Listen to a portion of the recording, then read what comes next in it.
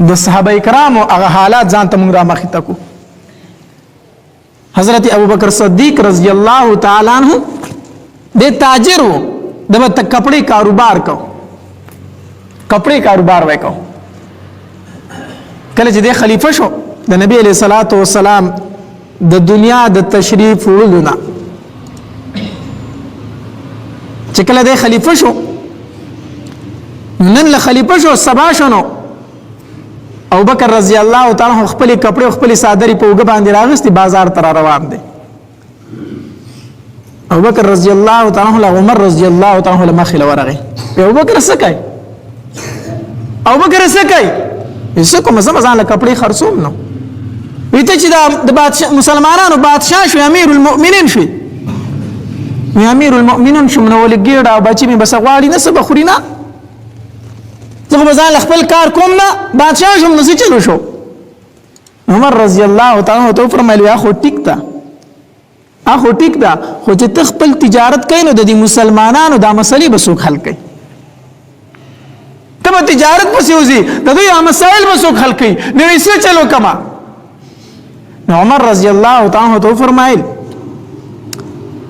وی راځه یو صحابي لزو چې داغه نوم دی ابو عبیده رضی الله تعالی عنہ او هغه ته نبی علیہ الصلوۃ والسلام امین ویلو امانتدار یا امین ابو عبیده رضی الله تعالی عنہ ورزو او هغه ته وایو چې دا ابوبکر چې دی زمونږ بادشاہ دی نو راځه چې دله د بیت المال نه مقرر کو کنه د بیت المال نه بدل او د بچو د خوراک د پاره سم مقرر کو دي چې کپڑے خرڅې د مسلمانانو مسلې به څوک حل کوي.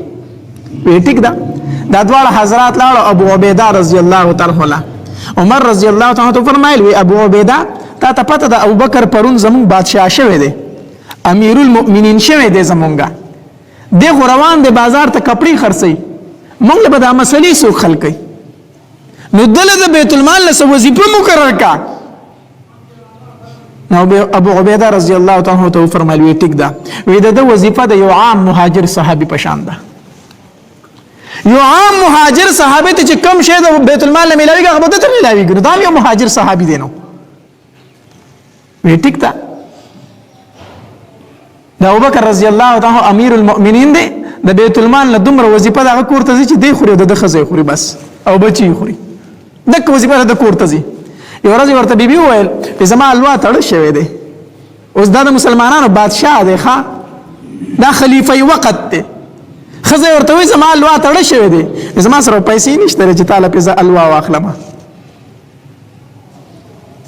ما سره پیسې نشته بیا ته بل ورځ وویل وینشته را سره څه نو تاسو الوا غواړ الوا زمام خو هغه خو څه نشته چې عالم درل پینو دی بیبي یو کار شروع کو چې کله به د دوی کور ته وظیفه رااله د بیت المال نه نو دی به نیمه پخه کړه نیم مړه به پخه کړه نیم به یې تېنه کېښودل نیمه نو به یې ډوډۍ پخه کړه نیمه نه به یې کېښودل لږ لږ وړۍ جمع کول لږ لږ وړۍ جمع کول څو ورځې پس ابوبکر رضی الله تعالی کور ته راغی کور الوا تیاره شوې وه الوا پخ شوې وه ابوبکر رضی الله تعالی ته الوا کېښودله ابوبکر رضی الله تعالی چې الوا ته وکتل دا کم ځای وه دا کم ځای وه ما خو پیسې نه دي درکړي. بیبي ورته وی امیر المؤمنین دا زمون کړ چې کوم وظیفه راځي ما دا غینه لګ لګ وړ بچت کول نو دومره می ته جمع کړ چې الوا خو په ځان لا پخه کړه وی خټ ټیک شو صحیح شو. مطلب دا دی چې زما کور ته کوم وظیفه راځي د دینه په کوم باندې زمون د کور گزاره کیږي د دینه په کوم زمون د کور گزاره کیږي. لار بیت المال کې چې کوم نوکرانو هوی ته وی چې زمون کور ته دومره وظیفه راځي دا شته ډیره ده دا ډیره ده ځکه چې زما واړه خو دینه په کومه گزاره کولی شي الواله به کې وړه بچت کولی شي. دا د هغې ژوند دا د هغې انصاف دا د هغې حکومت هغې کې به سوکالي نه وه هغې کې به خوشحالي نه وه. ابوبکر عمر رضی الله تعالی چې کله خلیفه شو چې کله دی خلیفه شو نو صحابه کرام راټول شو وی دی امیر المؤمنین شو د هم د کپڑے تجارت ته د موس بچی لري کور لري د دې لپاره څه وظیفه مقرر کړي. صحابه کرام کېناستو عثمان بن عفان رضی الله تعالی علی رضی الله تعالی عنہ زبیر رضی الله تعالی عنہ حضرت طلحه رضی الله تعالی عنہ دا صحابه کرام راجم شو او د عمر رضی الله تعالی عنہ د پاره د بیت المال نه درمیانه غونته وظیفه مقرر کړه. بیا حتی در دې پورې چې ورو پر اخر راتله نو دا صحابه کرام راجم شو یو ځل ځان له کېناستو ویره اوس پراخي ده الحمدلله ارس ډېر دی خو د عمر رضی الله تعالی دا وظیفه ډېره کمه ده. نو دا درته ووایي چې دا اوس لږ ستا کور ته زیاته راځي نو ستا بچي او ستا واړه به پرې لږ مړېږي. دا سلای وکړه خو هغه ته به وایي څوک اوس ګوره کسان راټول شو بادشاه ته دا څوک نشي وایي ته خپل کور ته لږ شی زیات لېږه. دا به عمر ته وایي څوک چې ته خپل کور ته وظیفه لږ ډېره لېږه. چا ورته ویلي نه شو هېرېدو ټولو یاره چا ته به وایي خو هغه لورې نه ده حفصه رضی الله تعالی عنها چې د نبي علیه السلام بیبي ده په امهات المؤمنین کې ده هغې ته به ووایو. دا صحابه کرام لاړو حفصه رضی الله تعالی عنها ته وفرمیل خپل بابا ته دې ووایه چې دا وظیفه لږه کور ته زیاته لېږه وسو چې دا واړی پې مړېږي او خیر دې اوس خو پر اخر راغلې ده خو زمونږ نومونه به ورته ګورې نه علي زمونږ نومونه به ورته نه علي. حفصه رضی الله تعالی عنها چې لاړه کېناسته په یره باندې وی بابا زه څه کسانو رالیږلي م څه صحابه کرامو او دې دپاره رالیږلي ما چې امیر المؤمنین ته ووایه چې کور ته لږه وظیفه زیاته لېږي چې دا واړی پې مړېږي. چې دا خبره څنګه حفصه رضی الله تعالی وکړه د عمر رضی الله تعالی مخ مبارک سور شو د غوسې نه سور شو. وی حفصه دا درته ویلي چا دې کسان راته وښیه دا درته چا ویلي دي؟ حفصه رضی الله تعالی ورته وفرمیل وی بابا منع کړې ما چې زموږ نومونه بنالې وی قسم په الله کو نومونه دې راته واغسته د مخ دا رنګونه به وله بدل کړم په دې مخ کې به وله نښې پرېږدم. دوی دا خبره کوي چې عمر دې وظیفه کور ته زیاته لېږي. وی دا راته ووایه ته د نبي علیه صلات وسلام بیبي زما لورې ته د هغه بیبي پاتې شوي یې.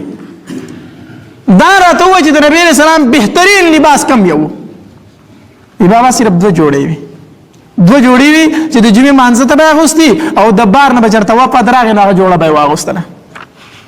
وی د نبي علیه السلام بهترین خوراک څه و وی د وربشو ډوډۍ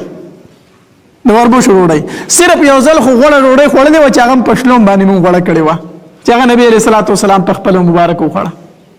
دا د نبي علیه الصلاة والسلام بهترین خوراک و. الله وی نبی علیه الصلاة والسلام بهترینه بستره کومه وه وی بابا صرف یو څادر د ټاټ څادر چې نبی علیه السلام به ځان ته څلور بغریزه کو په ګرمۍ کې نو په هغې به وده کېدو او چې کله به جمع شو نو بیا به دوه بغریزه غوړه وه نوره ټوټه به ځان د پاسه راړوله نیم به ځان ته لاندې وغوړو نیم به ځان د پاسه کو. دا د نبی علیه الصلاة والسلام بستره وه. حفصه زما پیغمبر داسې ژوند تېر کړی دی زما محبوب داسې ژوند تېر کړی او ما ته زما دوستان وایي چې ستا کور ته وظیفه زیاته درشي. حفصه زما او زما د محبوب او زما د ملګري ابوبکر مثال د دریو ملګرو دی د دریو مسافرو دی. مونږ درې مسافرو په لاره باندې تېرېدو زمونږ محبوب خپله توخه د ځان سره واغسته او لا خپل منزلي مقصود ته ځان ورسو. بیا زما ملګری پاتې شو ابوبکر وی ابوبکر هم خپل توخه واغسته او روان شو خپل منزلي مقصود ته ځان ورسو او زما د محبوب ملګری شو دغه په خوا کې سملاستو.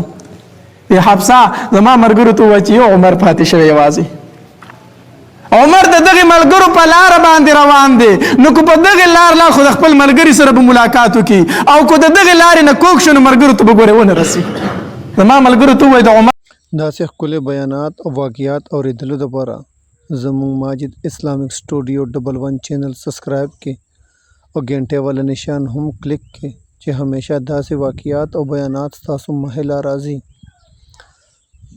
کمنټس کې ماشاءالله سبحان الله الحمدلله هم ولیکئ او خپلو ملګرو سره یې د ثواب په نیت باندې شیر هم کړئ. والسلام.